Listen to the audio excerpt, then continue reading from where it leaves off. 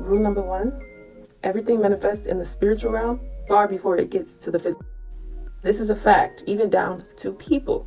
We exist spiritually before we develop into humans, before we come out of the portal. Before we get here, we're spiritual beings first.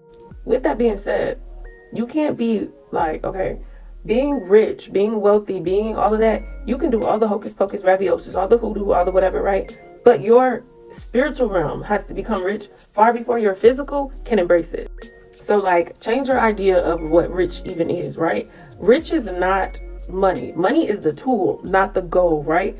We live in a place where they worship the dollar bill. They worship the money. Money is their God. It is their idol. That's why in God We Trust is on there. They're not talking about the same God we be talking about. They're not talking about the God that is within us, right? Because they have to always, and you know who I mean by when I say they, don't make me say it. They have to always have an external form of God or worship and praise because they are absent of a soul, right? God is an energetic thing. God is not he or she. God is energy. God is source. God is soul, right? God placed itself within these physical vessels in order to be and experience this life in this way.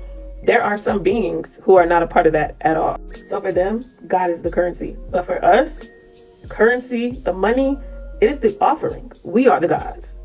And so I'm saying this to say that you have to be rich within yourself. You have to be aligned within yourself. You have to be the fertile soil. The money is the tool. It's like a candle. You know what I'm saying? You don't want the candle. The candle is not the goal. The candle is the tool. Like I made a money bowl on here. I put crystals, rice, herbs, all of that things. What else did I put in there? Money. I put coins. I put $1. I put the actual physical thing inside of there because that's like the tool. It's not the goal.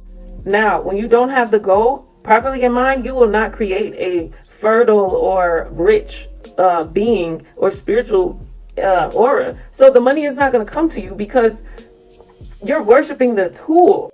So step back, take a minute and think to yourself, like, I don't want the money. What do I really want? You know what I'm saying? Like, okay, I'm asking for a tool to get what? So when I manifest money, sometimes I'm very specific. Not sometimes. I'm very specific, right? If I need $2,000, I'm going to ask for that $2,000 and I'm going to say exactly what it's for because the money is not what I'm asking for. And I never want the energy to think that I'm chasing that. I'm not idolizing anything. I'm never going to. It's the same like with crystals, right? When somebody finds out you're spiritual, they think you worship the crystal. The crystal is the tool, baby. I worship me. Fuck. So yeah, I say that to say that like, you really have to take a step back before you get caught up in the loop of worshiping the dollar. You're worshiping the money. And that's why you're having this weird relationship with money is because it's idolizing, right? Like this is your God. It's like, I need money. No, you don't. You don't need fucking money. I swear to God, there's sometimes where even with my money